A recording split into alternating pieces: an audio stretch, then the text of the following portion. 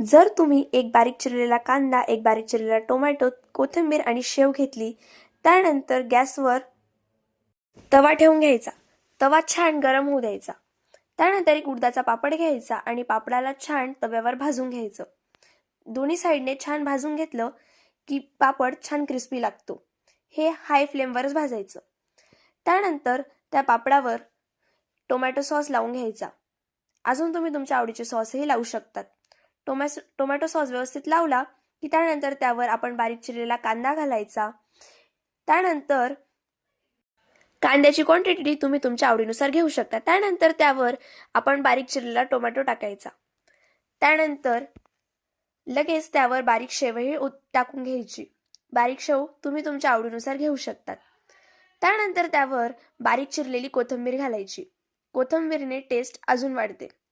त्यानंतर त्यावर लाल तिखट घालायचं तुमच्या आवडीनुसार. त्यानंतर त्यावर चवीनुसार मीठ घालायचं. त्यानंतर आपला हॉटेलसारखा मसाला पापड घरच्या घरी तयार होतो. व्हिडिओ आवडला चॅनलला लाईक, सबस्क्राईब आणि शेअर करायला विसरू नका. Thank you for watching. भेटूया पुढच्या नवीन व्हिडिओमध्ये. तोपर्यंत खात राहा आणि हसत राहा. बाय.